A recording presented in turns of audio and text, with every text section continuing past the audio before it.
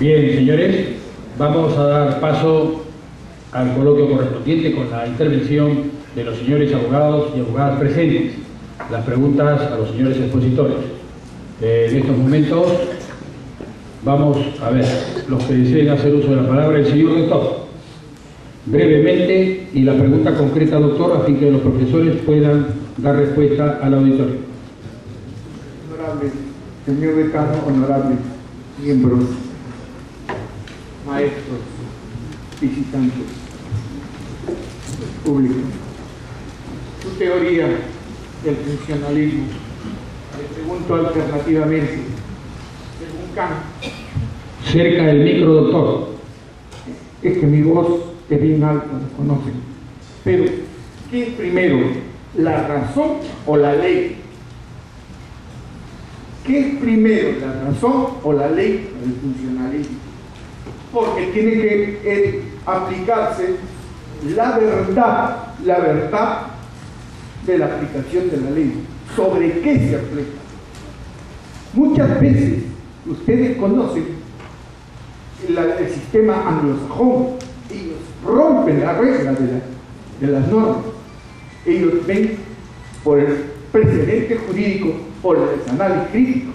Pero es primero, le pregunto a los maestros, ¿la razón o la ley?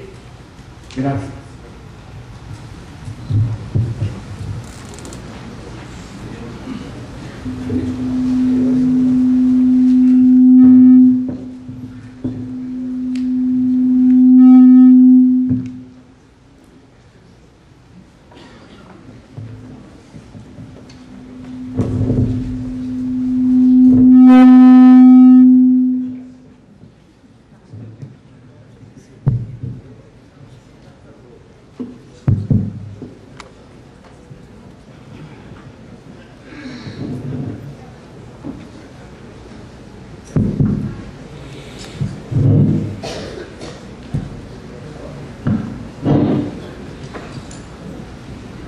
Verehrter Herr Kollege, Ihre Frage macht sogar der Technik Schwierigkeiten, die Sie hier machen.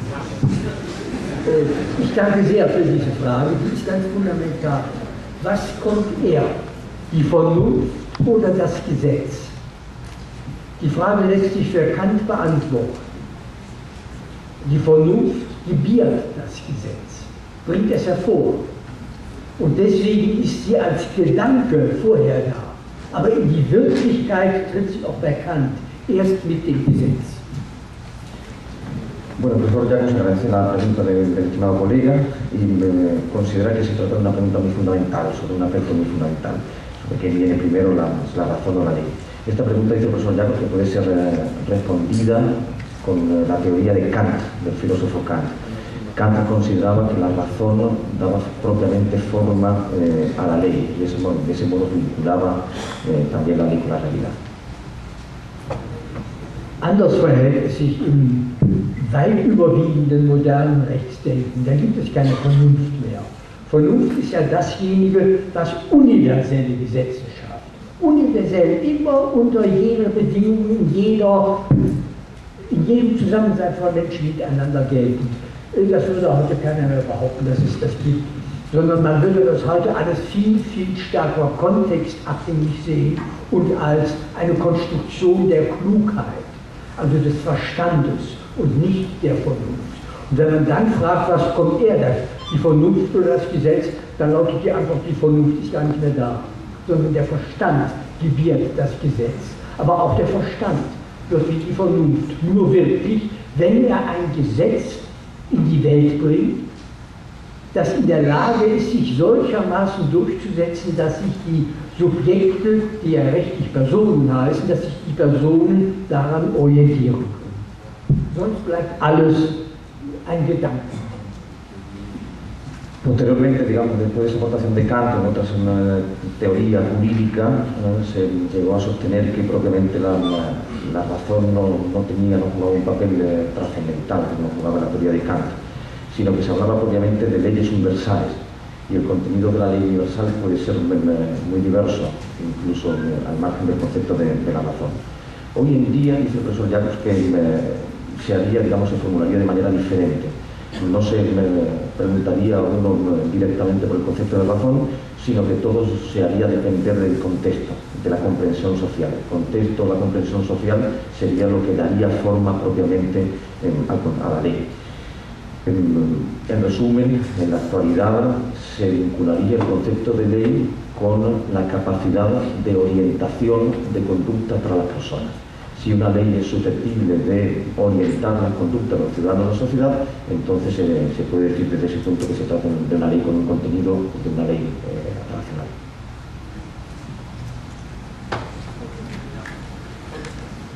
Otra pregunta, por favor.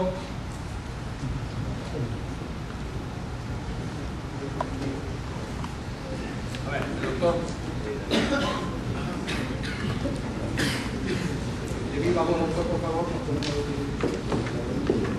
De viva voz, podemos decir para escuchar la pregunta.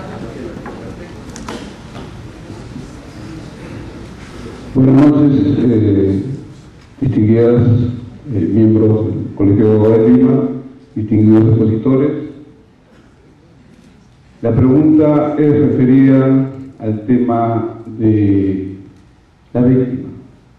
El derecho penal ha sido de una u otra manera un bastión teórico de los criterios punitivos, de una justicia punitiva represiva. La fecha en muchos países europeos está de moda ya la llamada justicia restaurativa. ¿Cuál ha sido el criterio de la dogmática penal? Como se dijo inicialmente, que la dogmática o el dogma viene de opinión y es el aporte de la reflexión de los teóricos respecto al tema victimológico.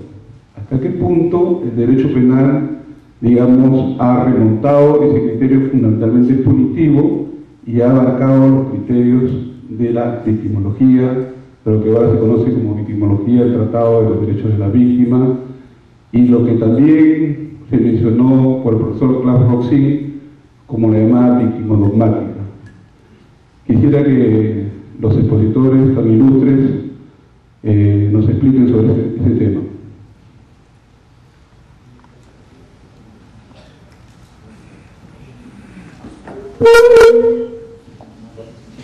Hoy, brevemente, mientras se prepara la respuesta del maestro, profesor de Acos, me voy a poner en breve mi personal opinión, ¿no? Felicito a los dos interpelantes que han tomado el uso de la palabra en el debate por la importancia fundamental de los temas que han planteado. Aún con una breve reflexión histórica, la propia noción en el derecho romano clásico de la legalidad como ordinatio rationis, yo creo que nos situaba en el contexto de la necesaria vinculación entre la razón y la norma. Y la norma, el principio de legalidad es la fuente única de creadora del derecho penal, pero también hemos de tener en cuenta, esto no es una contradicción in terminis ni in objecto, que la norma no deja de ser un mero instrumento de que se sirve la sociedad en un sistema del principio de legalidad, como es el nuestro, llamado continental europeo e hispanoamericano y latinoamericano, predominante en nuestro sistema de principio de legalidad, mero instrumento, la razón y el contenido, la norma con un contenido racional. La víctima ocupa lugar preponderante, debe ocupar, institucionalmente ocupa lugar preponderante en el conflicto criminal. E injustamente ha sido, y continúa siéndolo, preterida, cuando no abiertamente marginada y olvidada en los sistemas penales.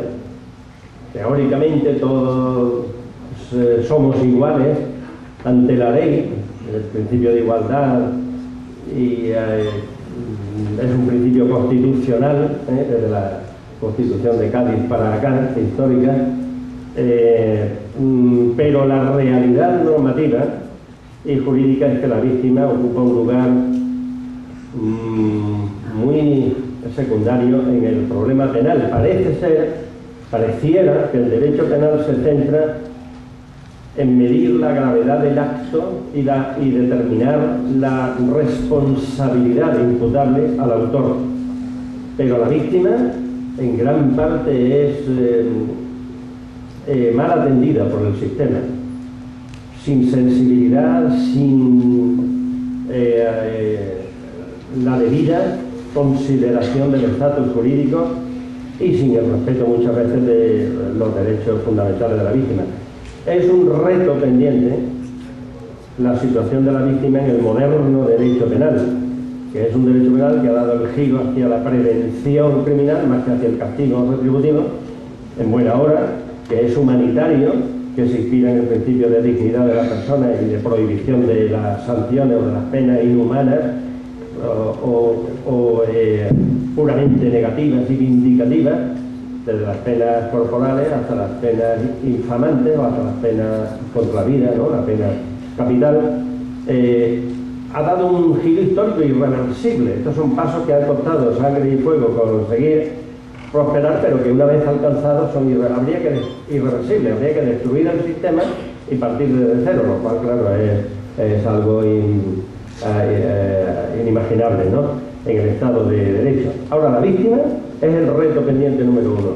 Es verdad que la escuela del profesor Roxin plantea la víctima dogmática, pero la víctima tiene el estatus de todos sus derechos y todas las facultades en el ámbito de la reivindicación de los mismos y es el protagonista más importante. El tratamiento penal debiera ser no solo resocializador o reinsertador del delincuente, aparte de punitivo, pero con una finalidad esencial que es la reinserción, sino que debiera ser de tratamiento reparador integral, de reparación integral, material y moral y espiritual y social a la víctima del delito. O sea, esto es derecho penal, no es beneficencia pública ni es algo que no sea derecho penal. El derecho punitivo no puede quedarse en el binomio delito-pena, sino que debe tener en cuenta tratamiento del delincuente por la comisión del delito, sino que debe incorporar poco a poco, progresivamente, el tratamiento de la víctima del delito. Nosotros hemos tenido en la amarga historia criminológica española la más grave manifestación que hemos padecido es la del terrorismo, la criminalidad, organización y criminalidad terrorista, y ahí empieza a haber un atisbo de tratamiento reparador a la víctima del delito, en delitos como el terrorismo. Una reparación, jurídicamente tasada, obligada y con medidas de salvaguarda y de garantía, de separación, orden de alejamiento, si algún sentido tiene, es principalmente para la protección integral de la víctima de delito que se ha cometido o delito que se prepara la comisión, toda la problemática del delito terrorista. La víctima es punto número uno de preocupación, debe serlo para el penalismo del siglo XXI.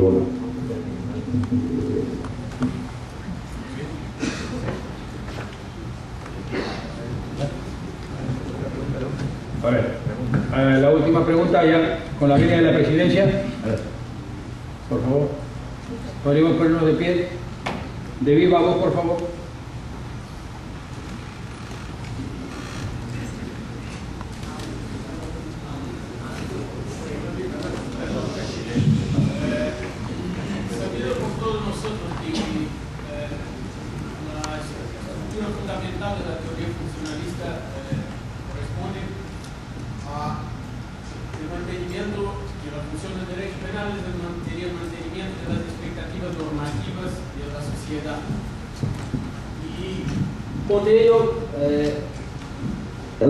La propia teoría pasa a prescindir de criterios, no totalmente, pero en cierta parte a prescindir de criterios empíricos como el concepto de bien jurídico y a sustituirlo por esa propia conformación, esa propia mantenimiento de las expectativas normativas.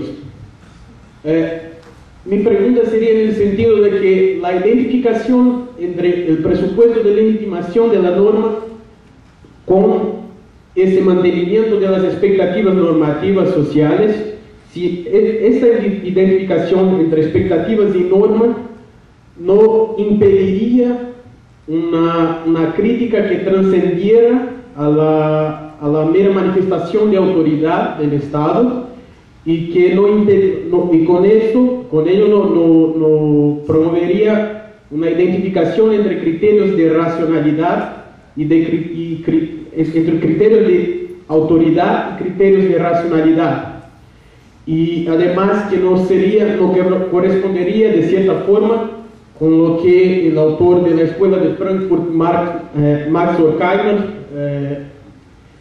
retractó como una crisis de racionalidad del pensamiento moderno, en un sentido de prescindir de la búsqueda de una verdad objetiva, de una verdad que no se vinculase meramente a medios y fines, sino que persiguiera objetivos que trascendieran a criterios de utilidad. Esa sería mi pregunta.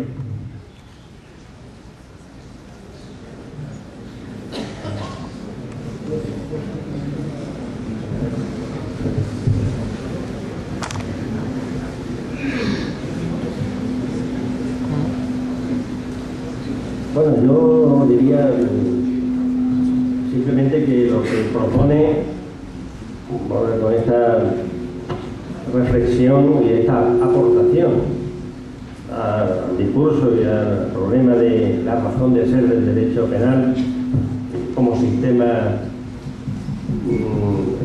o subsistema social, un sistema parcial, un subsistema de la sociedad, es que en realidad no es y no debe ser en modo alguno incompatible el principio de la legítima reivindicación de salvaguarda de las expectativas sociales a través de la norma, de un sistema normativo, con el principio de legitimidad constitucional que ha invocado de manera muy, en fin, me parece haber entendido, más gráfica, desde la óptica de la Escuela Sociológica de Frankfurt, de autoridad legítima, la autoridad legítima institucional, ¿no?, del Estado. Yo creo que no hay incompatibilidad. Yo creo que el Estado no es un ente jurídico diferente de la sociedad, no debe serlo. Somos todos, ¿no? Integramos este concepto de la soberanía estatal en el que reside, lo voy a decir con la legitimidad del derecho punitivo y de todo el sistema punitivo. Lo voy a decir con una expresión de un penalista español del siglo pasado,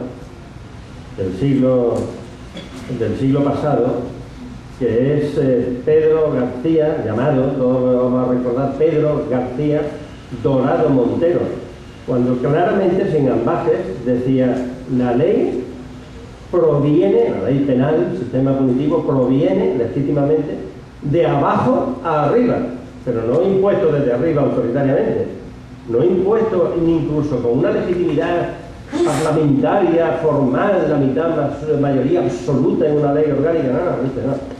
La ley penal proviene legítimamente de abajo hacia arriba, no es impuesta, no puede ser impuesta. Yo creo que no es incompatible el discurso de la autoridad y la legitimación constitucional con la expectativa. La expectativa es la que impulsa y la que legitima la intervención institucional del Estado, el sistema de Estado de Derecho. Yo no veo incompatibilidad, sino al contrario, una exigencia, complementaria, un complemento en que tiene que haber una congruencia. Si una norma penal que fuera, un ejemplo práctico, ¿no?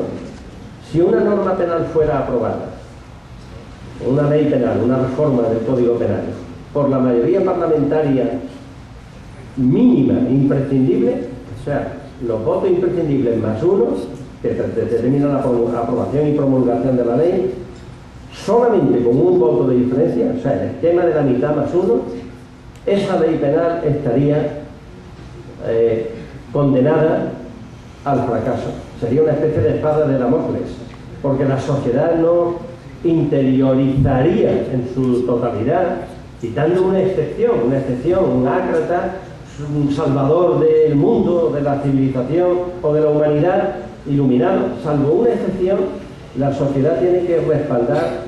La identidad significa eso. La sociedad se identifica con el sistema normativo y pone los límites. ¿Es delito o no es delito? El aborto, ¿cuándo? ¿Es delito o no es delito? El sabotaje, la preparación de... ¿Cuándo? Es la sociedad la que determina a través de los esquemas normativos y de las institucionales, pero la sociedad establece su propio sistema normativo, y yo creo que en esa congruencia es donde está la grandeza y las limitaciones del derecho penal, pero la legitimidad real, de abajo hacia arriba, como decía Dorado Montero.